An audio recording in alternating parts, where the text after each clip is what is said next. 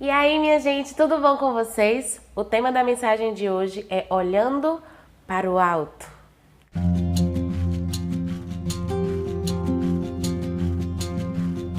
A gente está com a série lá no Instagram, 21 dias com o João. Ontem foi o dia 18 e todo dia eu tô gravando stories a respeito de um versículo que eu escolho e trago uma mensagem para vocês. Mas sobre o dia 18 eu quis fazer diferente.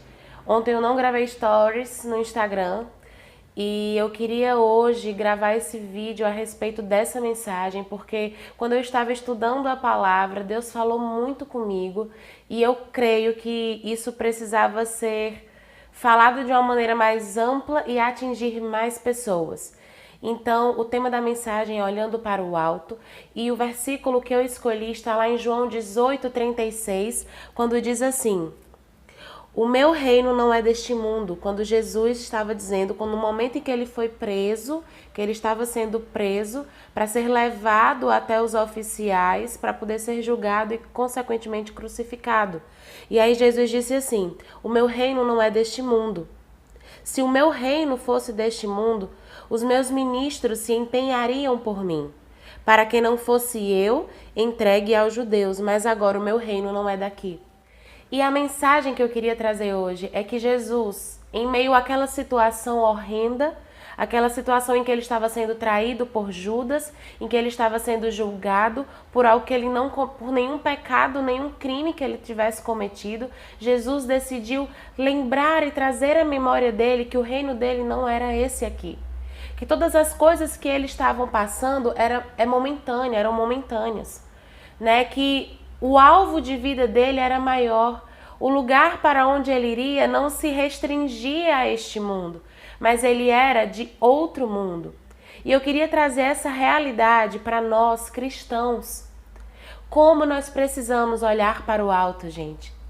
Nós precisamos aprender a olhar além das circunstâncias, a olhar além das coisas naturais deste mundo, aprender a elevar os nossos olhos e fixar os nossos olhos no alto. E nós vamos ver ao longo desse vídeo o tanto de maravilhas e de ordenanças e conselhos que o Senhor fez para nós, para que a gente tirasse os nossos olhos do chão e olhássemos para o alto.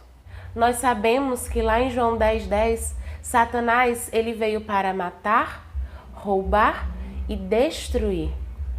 Claro que a gente pensa assim, ele veio para roubar, matar e destruir bens materiais, ele quer sim saúde, família, mas o propósito maior de Satanás e dos seus soldados não é destruir bens, família, relacionamentos, saúde.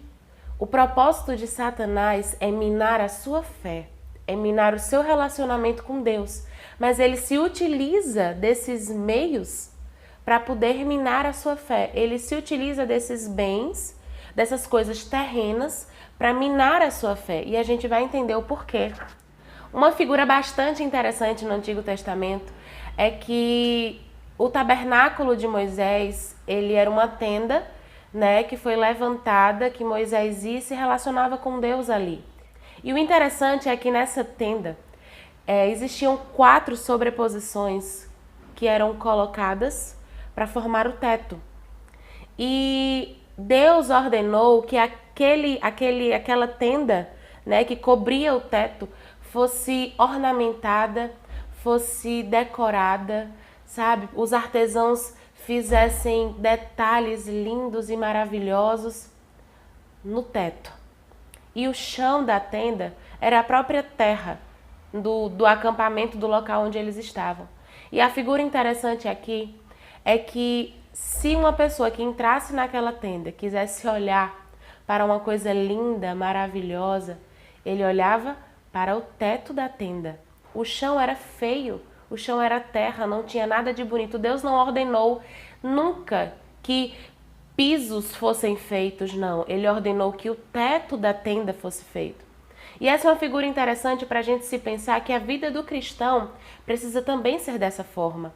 Nós precisamos olhar para o alto, porque é de lá que vem a beleza da nossa vida, não aqui.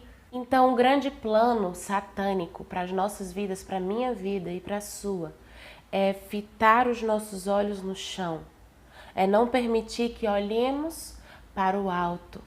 Lá em Lucas 13, conta a história de uma mulher que estava enferma há quase 2 décadas. Ela andava encurvada, ela não olhava, não conseguia levantar a cabeça, ela andava olhando para o chão. E aqui também existe uma figuração muito importante. A palavra de Deus diz assim, no versículo 11, capítulo 13, 11. E veio ali uma mulher possessa de um espírito de enfermidade. Havia já 18 anos. Andava ela encurvada, sem de modo algum poder endireitar-se. Vendo a Jesus, chamou-a e disse-lhe, mulher, está livre da tua enfermidade. E impondo-se-lhe as mãos, ela imediatamente se endireitou e dava glória a Deus. O interessante aqui é que ela estava doente havia 18 anos e nada nem ninguém podia curar aquela mulher. Sabe por quê? Porque a doença dela não era física, e sim espiritual. Então há uma revelação aqui de que aquela mulher estava aprisionada dentro de uma prisão de Satanás, não uma prisão literal, mas uma prisão espiritual. Ela estava enferma, sob a ação do maligno, encurvada, olhando para baixo, porque Satanás não permitia que ela olhasse para o alto. E que tipo de prisão era essa? Vamos lá para o versículo 16, ele diz assim: por que motivo não se devia livrar deste cativeiro em dia de sábado esta filha de Abraão, a quem Satanás trazia presa há 18 anos? E a enfermidade era exatamente essa, não era a doença ou a enfermidade espiritual em si, era a que ponto ela estava sendo levada, a ponto de não poder olhar para o alto. E aquela mulher aqui diz filha de Abraão. Ela era uma crente da época, não somente uma descendente natural do patriarca Abraão, mas também alguém que cria na promessa divina feita a ele, a Abraão. Então, ela era uma crente da época e ela, naquele momento em que ela estava sendo curada, ela estava numa sinagoga, que era uma espécie de igreja da época. Então, toda essa situação não são para pessoas, necessariamente, somente para pessoas que não creem em Deus, que não buscam de tudo para agradá-lo, que não buscam de tudo para estar na presença dele. Essa mulher, ela cria, ela estava na igreja, ela estava buscando e ela estava presa, numa prisão feita por Satanás. E aí você pode se perguntar, Brenda, mas por que então que Satanás age dessa forma? Eu te respondo, porque Satanás sabe que ele não pode te arrancar das mãos e do poderio de Deus. Vai lá comigo em João 10, versículos do 27 ao 30, quando diz assim: as minhas ovelhas ouvem a minha voz e eu as conheço e elas me seguem. Eu lhes dou a vida eterna, jamais perecerão e ninguém as arrebatará da minha mão. Aquilo que meu Pai me deu é maior do que tudo e da mão do Pai ninguém pode arrebatar. Eu e o Pai somos um. Ou seja, Satanás sabe que ele não pode te arrancar das mãos de Deus. Então ele vai fazer de tudo para que você se vire contra ele. Para que assim você desça do colo do Pai e aí ele encontre uma abertura para agir, para intervir na sua vida. Eu vou contar uma história rapidamente que ilustra isso.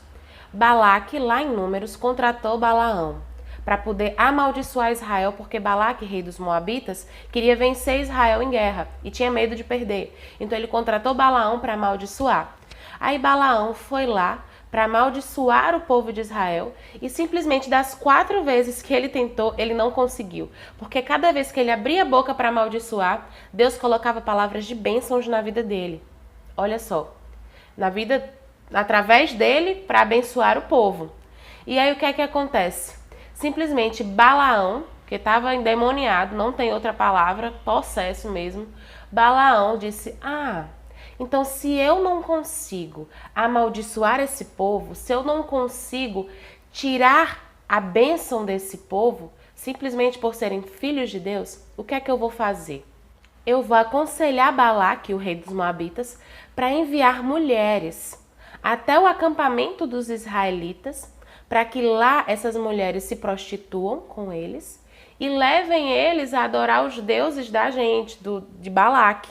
Então é isso que eu vou fazer, porque fazendo isso, eu faço com que o povo peque contra Deus. Através desse pecado, Deus vai se irar contra o povo, e aí então eu vou poder agir na vida deles, porque eu vou ter legalidade, eu vou ter brecha. Então é isso que o Satanás faz. O Satanás faz comigo e com você. Ele toca nos nossos bens, na nossa saúde, na nossa família, para que a gente se ire contra Deus, para que a gente fique revoltado, para que a gente peque, para que a gente caia, para que a gente... Enfim, vocês entenderam. Para que tenha uma brecha para ele agir nas nossas vidas e... Assim não, assim... Então é isso, gente. Sabe, a mensagem é essa. O nosso conceito de vitória, ele é muito carnal. Ele ainda é muito carnal. A gente acha que uma pessoa vitoriosa é uma pessoa que tá bem de vida, é uma pessoa que se casou, é uma pessoa que constituiu uma família, é uma pessoa que tá saudável, que tem saúde, é uma pessoa que tem um ministério top, sabe? Nosso conceito de vitória é muito carnal. Sabe, gente, isso me lembra os mártires do Evangelho, todas as pessoas que já morreram pelo nome de Jesus Cristo. Eles sim são vitoriosos, porque a cada vez que um mártir morreu em prol do Evangelho, significa que Satanás ele não venceu, significa que Satanás ele perdeu. O primeiro mártir foi Estevão, lá em Atos 12, fala no momento, relatando o momento da morte de Estevão, fala que Estevão, sendo apedrejado, ele fitou os olhos no céu. E, gente, eu não consigo imaginar uma pessoa que está sendo apedrejada não colocar a mão, né, se defender. Simplesmente ele estava sendo apedrejado e ele fitou os olhos no céu. Creio eu que naquele momento, eu vi isso numa pregação do pastor Luciano Subirá. Eu achei muito interessante. Creio eu que naquele momento, ele estava sendo anestesiado. As pedras estavam batendo nele, mas ele estava anestesiado porque ele fitou os olhos no céu. E isso traz uma realidade, uma figuração também muito importante para a gente. No momento em que nós estamos passando por muitas coisas na nossa vida, sejam lutas, desertos, provações, que a gente decide olhar para o alto, Deus acaba que por nos anestesiar das coisas desse mundo e nós conseguimos andar em vitória, andar de glória em glória. E, claro, glorificando a Deus. Aquela mulher enferma, quando ela foi curada e ela estava encurvada e ela se endireitou, o que foi que ela fez? Ela glorificou a Deus. Então, que eu e você possamos aprender com essa mensagem, a fitar os nossos olhos no alto, lembrar que nós não somos deste mundo e que nem ficaremos neste mundo. Aqueles que morreram no Senhor estão adormecidos e serão ressuscitados num corpo glorioso na vinda do nosso Senhor Jesus Cristo. E aqueles que estarão vivos durante a segunda vinda de Jesus, que serão arrebatados nos ares, serão glorificados também, se encontrarão com Deus nos ares. E aí, gente, a gente precisa lembrar dessa verdade, lembrar da nossa coroa da vitória, da nossa coroa da glória, do livro, do nosso nome que está escrito no livro da vida, da palma do nosso Deus que tem o nosso nome na palma da mão dele. Sabe, ele sabe os nossos cabelos, os cabelos da nossa cabeça contados. Ele é Deus. Então fita os teus olhos no alto, fita os teus olhos no céu. Eu posso te garantir que tu vai viver uma vida muito mais leve, muito mais com propósito, muito mais feliz. Então é isso, gente. Se você gostou do vídeo, deixa o seu like para me ajudar, se inscreve no canal, ativa o sininho para você estar recebendo todos os vídeos quando chegar e comenta, gente. Conversa comigo, me ajuda, dá conselhos, sabe? O que você quiser, dá ideias para vídeos, eu tô aqui aberta a sugestões, tá certo? Beijo!